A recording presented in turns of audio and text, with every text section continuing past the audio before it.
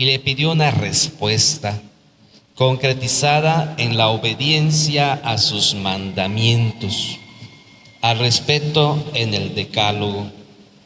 En la segunda lectura, San Pablo nos hace mirar a Cristo crucificado, fuerza y sabiduría de Dios, mientras que San Juan en el Evangelio presenta a Jesús efectuando un gesto profético en el templo, el cual anuncia al nuevo templo santo de Dios que se tendrá cumplimiento en su misterio pascual.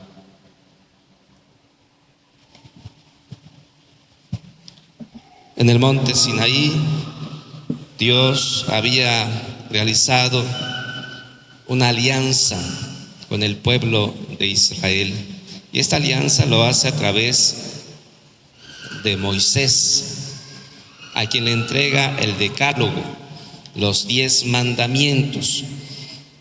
¿Y qué decía el primer mandamiento de la ley de Dios?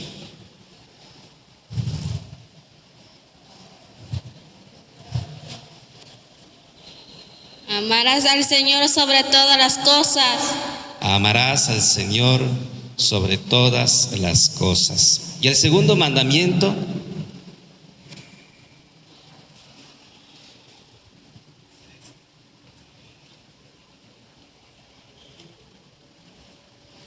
¿alguien se acuerda cuál es el segundo mandamiento de la ley de Dios?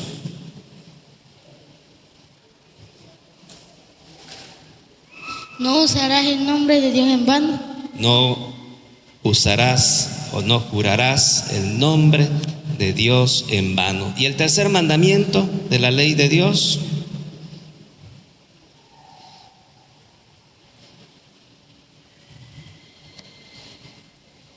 el tercer mandamiento de la ley de Dios, ¿cuál es?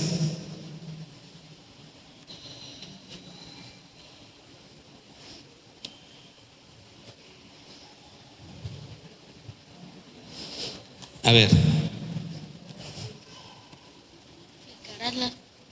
fuerte, dilo. Santificarás las fiestas. Santificarás las fiestas. Veamos entonces que el primero, el segundo y el tercer mandamiento que dice el decálogo está en relación con Dios. Primero, ¿qué dice el primero? Amarás al Señor tu Dios con todo tu corazón, con todas tus fuerzas, con toda tu mente y con todo tu ser. El segundo mandamiento que dice: no tomarás el nombre de Dios en vano. Y el tercero: santificarás las fiestas.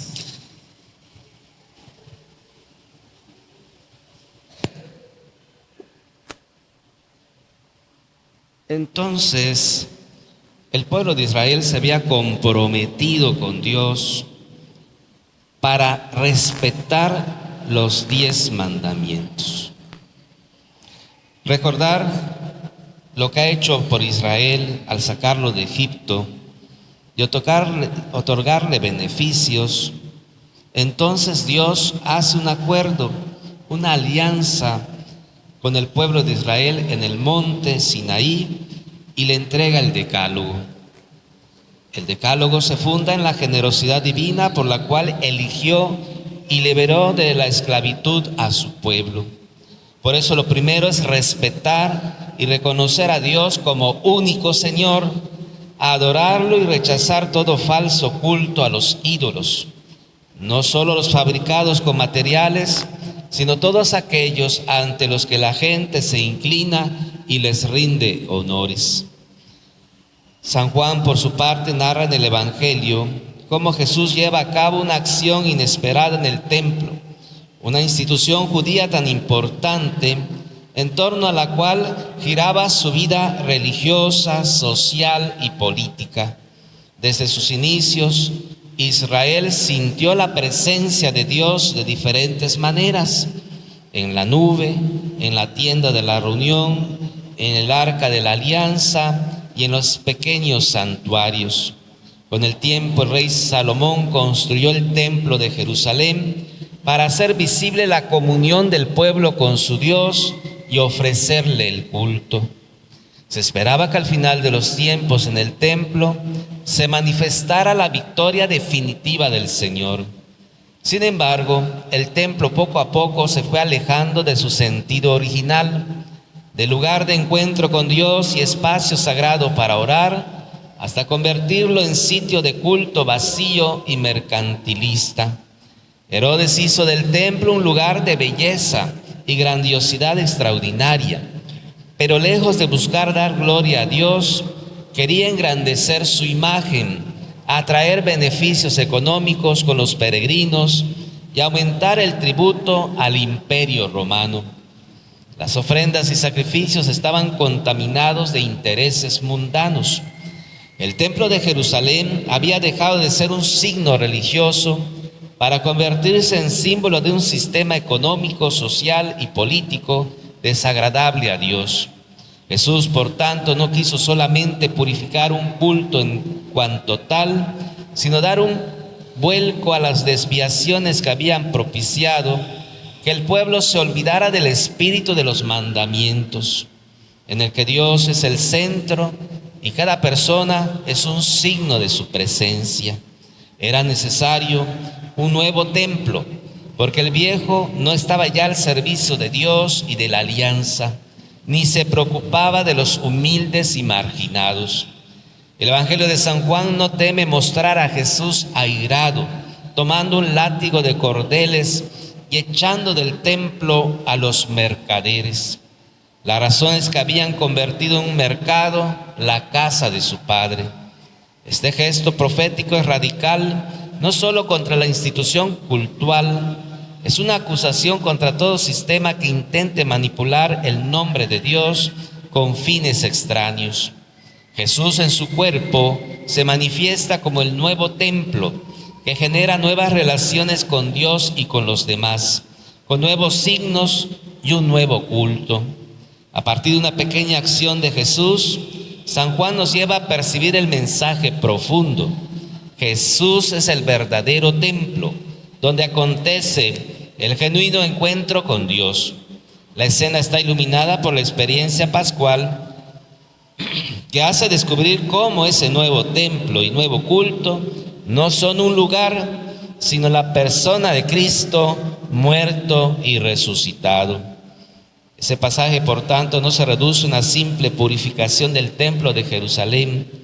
Jesús no solo limpia, sino que renueva, genera una religión libre de atavismos y ritualismos muertos y suscita un culto nuevo y vivo, nacido de la fe y del corazón sincero. Al mismo tiempo que el Señor se manifiesta como el nuevo templo de Dios, declara que la gloria del Padre habita en Él y en quienes renueva por el bautismo. Por Jesús y en Jesús, el creyente se convierte en templo santo de Dios, como afirma San Pablo en la primera carta a los Corintios, capítulo 3, versículos 16 y 17. ¿No saben que ustedes son templo de Dios y que el Espíritu de Dios habita en ustedes? Si alguno destruye el templo de Dios, Dios lo destruirá a él, porque el templo de Dios es sagrado y ustedes son ese templo. Y también afirma San Pedro en su primera carta, en el capítulo 2, versículo 5. También ustedes, a manera de piedras vivas, son edificados como una casa espiritual para ejercer un sacerdocio santo y ofrecer sacrificios espirituales agradables a Dios por Jesucristo. Por eso, no es extraño que durante los primeros tiempos las comunidades cristianas no tuvieron templos, porque Jesucristo es el templo en el que nos encontramos con el Padre, y la comunidad con cada bautizado es morada del Espíritu Santo. Micrófono.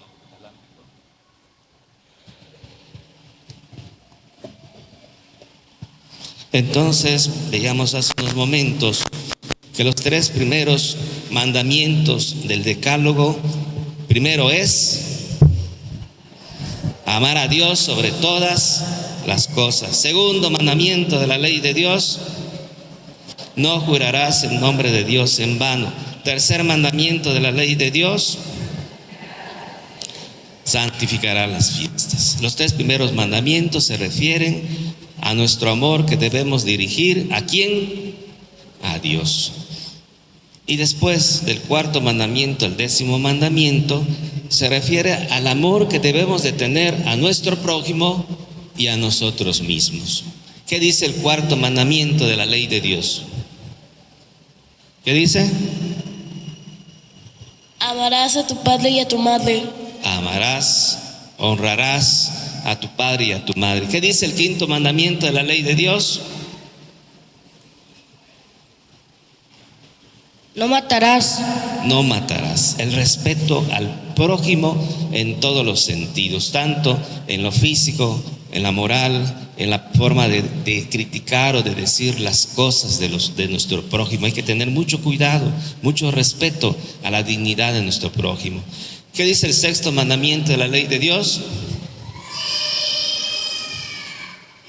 ¿Qué dice el sexto mandamiento de la ley de Dios? No robarás. A ver, ¿qué dice el sexto mandamiento de la ley de Dios? ¿Qué dice? ¿Cuál es el sexto mandamiento de la ley de Dios? Sexto mandamiento de la ley de Dios.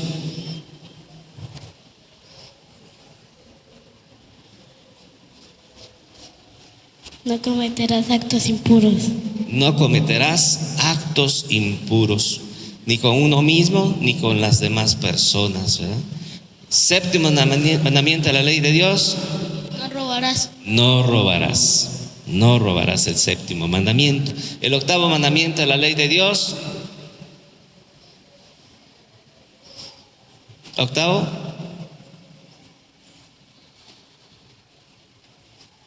No dirás mentiras. No mentirás. Noveno mandamiento de la ley de Dios. No amarás a la mujer de tu prójimo. No desearás la mujer de tu prójimo. O no desearás el hombre de tu prójima, ¿verdad? La mujer de tu prójimo, ni el hombre de tu prójima, ¿verdad? Y el 10º mandamiento de la ley de Dios.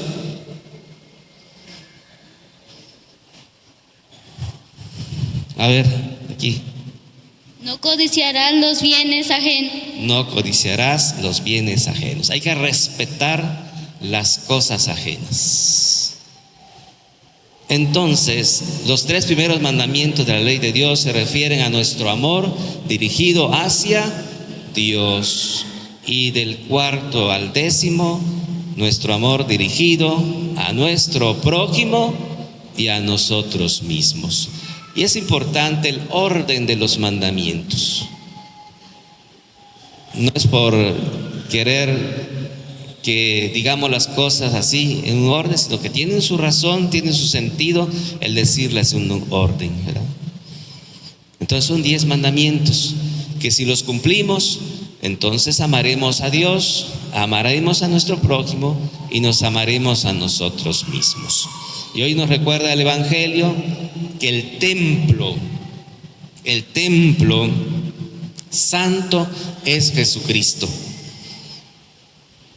Por eso debemos tener a Jesucristo como el centro de nuestra vida. Pero también cada uno de nosotros es templo vivo de Dios desde nuestro bautismo. Y por eso debemos respetarnos, por eso debemos buscar ser agradables a Dios, porque cada uno es templo vivo del Espíritu Santo, templo vivo de la Santísima Trinidad. Tenemos al Padre, al Hijo y al Espíritu Santo con nosotros. Y por eso es importante respetarnos, respetar nuestro interior, respetar nuestro exterior. ¿Quedó claro? En toda otra ocasión, cuando les pregunte los mandamientos, hay que recordarlos, pero más que nada, si los vivimos cada día, los recordaremos más fácilmente. Pongamos en práctica los mandamientos de Dios.